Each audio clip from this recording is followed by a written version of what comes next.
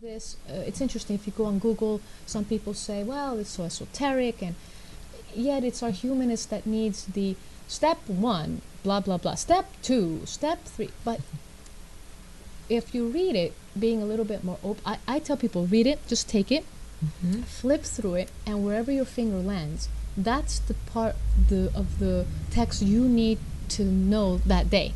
So let's say you're about to go to the barn, flip through it, and wherever your finger lands, because if you start to read it from the beginning to end, it's so dense that it's overwhelming, and it could block your learning. You might be not enticed to.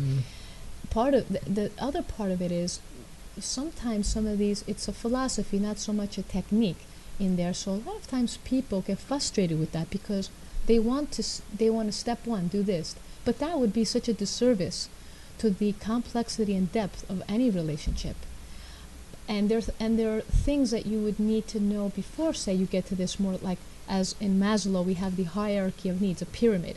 You need to have food, water, shelter before you even start thinking about what makes me happy in my work. I mean, you need to just get the basic needs met. Right. So in writing, it's the same thing. You need to know how to steer a horse. You need to know how to stop. You need to know how to go. You need to feel sitting on an animal that you're going to be okay. If you have you need to spend time with an animal to know who he is.